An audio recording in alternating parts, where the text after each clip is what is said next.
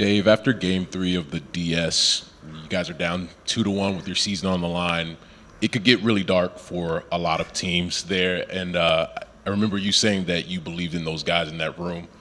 Might have looked different on the outside, but what do you think they proved to each other over the next 10 days?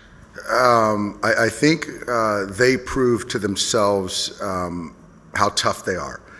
I think that when you get in a position that we were in against a division rival, against a very talented team at that point, it turns into a street fight. And it's, lose and go home, or you just fight like heck. And I think that that's what got us over the top in the DS, and also what bled into the fact, allowed us to finish these guys off in six games.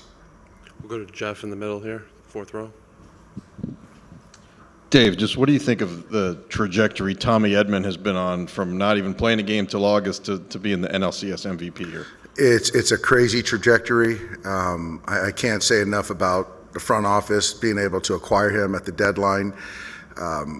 What he can do for us on the field, in the clubhouse, it's just amazing. And I never imagined, once we acquired him, he'd be hitting fourth in a postseason game. But I trust him. The guys trust him. He's made huge defensive plays for us and had huge hits. So I just very, very fortunate to have a player like Tommy. Go to the third row on the right. Hey, Dave, I know you're being second guessed on all your decisions all the time, and I'm just wondering how you kind of block out the noise, especially on a day like today where you got to make a bullpen game, and every pitching change carries the weight of the world, at least as far as the fans are concerned. Number one, I don't do social media, so that's the start for me. Number two, I just think that I've got to make decisions, bet on players that I feel, are capable, or put them in the best position to have success, and be willing to live with whatever consequence. And so tonight, this series, this postseason, I've had a lot of clarity, and the players have made me look really good. Couple more for Doug. Hey, Dave, with the season Chris Taylor's had, what can you say about him coming in a game like this and delivering? You know what? I can't say enough about Chris. He's obviously had a tough season as far as the health, the consistency with the bat. But I think it's just one of those things that when you're talking about the postseason, sometimes it just comes down to just betting on a person. And the moment's never going to be too big for him. He's going to be prepared. And he showed out and had some big hits, some big plays, a big sack bunt today, and he's won a lot of big games for us. And then what's the message moving forward? Is it just 4 more wins? That's it.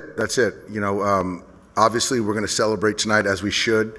I think the whole world was looking forward or hoping for this potential matchup, this showdown. It's going to be great. They're a very talented team. But I think for us, it's kind of, one game at a time, but appreciating the fact that we still got, 4 wins to take care of business. Go to the second row on the left. Can you just talk about Max Muncy's performance just throughout the CS? Max has been...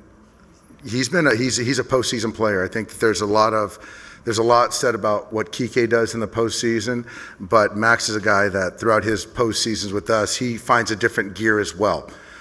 He's an on-base machine. He controls the strike zone, and for him to pivot from third base to first base, which he hadn't played in a few years, also speaks to his ability and his talent. And it's not easy to make up for a loss of Freddie Freeman, but Max has been able to help us make that transition a little bit easier. Take one more here in the third row. So, Dave, you had a 7-4 ball game. Treinen comes in the 8th. I know they tacked on 3 more in the bottom half to sort of ease the burden a little bit. But had it stayed the same, did you have any backup plans? That was my only plan right there. So, from the first inning, the first pitch, I had a lot of contingency plans. But at that point, we were going to ride or die with Blake. All right, thanks, Doc. And last thing, I just want to congratulate Carlos and the Mets. They've had a tremendous season, and they fought hard, and I just think Carlos does a great job with that club. So, yeah. Thanks, Doc. We'll see you in a few days.